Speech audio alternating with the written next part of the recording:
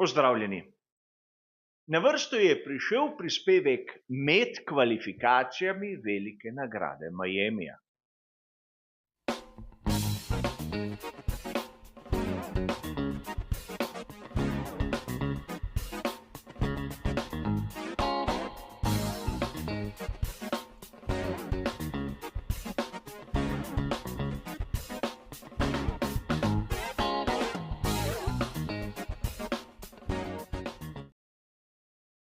Kot dobro veste, na veliki nagradi Miamija bomo imeli ta spremenjeni format sprinta, zato je drugi prispevek posvečen tej dirki, nekako tisti, ki se nahaja med samimi kvalifikacijami za sprint in onimi, ki bodo podelile štartni razpored za samo nedeljsko dirko.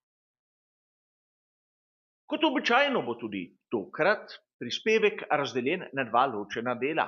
V prvem si bomo ogledali tehnične novosti ter zanimivosti, v drugem bomo pa skušali razumeti razmerje sil in vse tisto, kar smo videli do sedaj na progi. A treba je poudariti, da na veliki nagradi Miamija so kar pri 8 ekipah od 10 pokazali nekaj novega. Edini dve ekipi, ki nista pripravili nobene tehnične izboljšave, sta Alpine in Ferrari. Pri Ferrariju smo seveda videli novo barvno shemo, ampak to ni tehnična izboljšava. Pri ekipi Alpine moramo pa poudariti dve dejstvi. Prvič naj bi po govoricah dosegli tisto minimalno težo, ki jo predpisuje FIA. In drugič, Sanchez je iz McLarena prestopil k njim. Kolikšen bo doprinos s prihodom tega izjemno znanega, ampak rahlo kontroverznega inženirja, bomo pa videli v prihodnosti. Zdaj si bomo skupaj ogledali, kot običajno, po tistih uradnih dokumentih, kaj pravzaprav smo lahko videli novega na tistem prostem treningu in kvalifikacijah same velike nagrade Miamija, kvalifikacijah za sprint seveda. Začnemo lepo pri ekipi Sauber. Seveda tu lahko vidimo rahle spremembe tako na prednjem kot na zadnjem aerodinamičnem stabilizatorju. Nič kaj takega in gre za spremembe, ki so dobesedno pogojene s progo. Pri ekipi Haas v resnici nov difuzor, ki vam ga pa ne morem pokazati, kajti nihče ni uspel uloviti bolida iz tistega zornega kota. Ne smemo pozabiti tudi na ekipo Racing Bulls. Tudi oni imajo posebno barvno shemo, ki meni osebno sploh ni všeč. Ampak difuzor je tudi tu nov in žal ga ne moremo videti, ampak vstopnike v Venturijeve kanale pa. Gre seveda za malenkostne razlike, ki bodo lahko pokazale svojo vrednost na progi. Pri ekipi Williams imajo rezervno šasijo in tu lahko vidimo, kako so rahlo spremenili tisti zgornji pomožni profil na prednjem aerodinamičnem stabilizatorju. Zopet malenkostna sprememba. A pojdimo raje v drugo polovico našega spiska, kjer bomo lahko videli marsikaj rahlo bolj zanimivega. A če začnemo pri Red Bullu, tudi tu ni velikih sprememb, samo tam pri robu samega dna so premaknili zaradi zanesljivosti seveda nosilec. Nič kaj takega. A pri tovarniški ekipi Mercedes je bilo videti kar nekaj izboljšav, nekaj sprememb. Najbolj očitna je tista, ki je vidna na samem robu dna.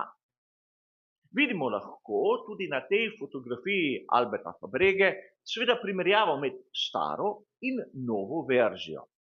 Tudi tiste hladilne škrge na samem pokrovu pogonskega sklopa so bistveno drugačne, večje in po dokumentaciji je kar nekaj sprememb tudi na vpetju. ampak ne v mehanskem smislu, temveč v aerodinamičnem. Torej bi lahko dejali, da na prosto oko nekaj, kar je izjemno težko zaznati.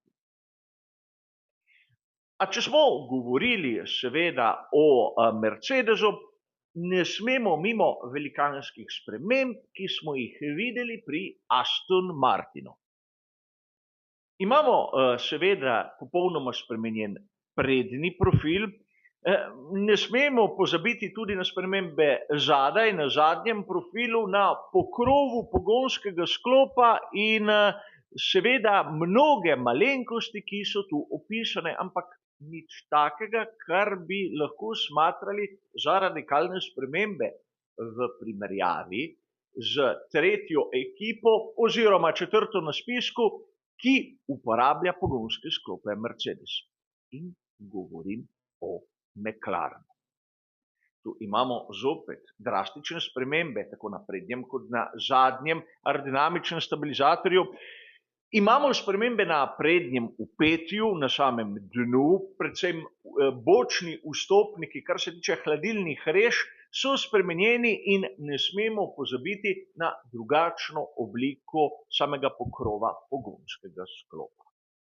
Ogromno sprememb, kjer lahko tudi razumete, da meni od doma je malce težko dobiti tiste prave fotografije, da bi lahko videli predvsem spremembe, ki marsikoga zanimajo. In preden se lotimo samega razmerja sil na štartnem razporedu, še neka zanimiva novica. Pri ekipi Williams so na FIO naslovili prošnjo, da bi Andreji Kimiju Antonelliju dovolili štartati na dirki svetovnega prvenstva Formule 1 še pred izpolnjenim 18. letom. Seveda, pravilo, ki je prišlo v veljavo po prihodu Maxa Verstappena. Pri Williamsu bi tako se znebili naprimer Logana Sargenta, ki do sedaj je pokazal napredek, ampak ne dovoljšen, da bi si obdržal sedež, medtem ko mladi up tovarniške ekipe Mercedes na raznih testiranjih, kot smo govorili, preseneča, in to v pozitivnem smislu. A videli bomo, kaj se bo zgodilo. Gre le za govorice, ki so pa lahko izjemnega pomena. In kaj smo videli na prvem in edinem prostem treningu ter na kvalifikacijah za sam sprint? Kar nekaj zanimivih iztočnic. Najprej bi lahko dejali, da je proga zaradi samega oprijema, ker nima še nanešene tiste določene količine gume, bila vsaj na prostem treningu izjemno spolzka, kar je takoj izkusil Charles Leclerc. Vidimo ga na tisti lestvici, da je zasedel mesto tam na dnu, kar pa še ne pomeni, da Ferrari tu je počasen. Seveda po drugi strani moramo biti pozorni na neko malenkost. Če pogledamo tu statistiko prvega prostega treninga, bomo videli, da končna hitrost Ferrarija ni bila med najvišjimi. A po drugi strani pri skuderiji iz Maranella so se lahko ozrli bolj na tisti tehnični del, kjer pride do izraza oprijem. Seveda Red Bull pričakovano tam spredaj. A zopet bi vas rad tu nekako usmeril k tej grafiki, ki nam kaže na prostem treningu, kje pravzaprav je prevladoval določen bolid, določen voznik. In govorili smo o nižji končni hitrosti pri skuderiji Ferrari. Tudi na tej telemetriji vidimo, da doseganje visokih končnih hitrosti ni v nastavitvah Ferrarija SF pomišljaj 24.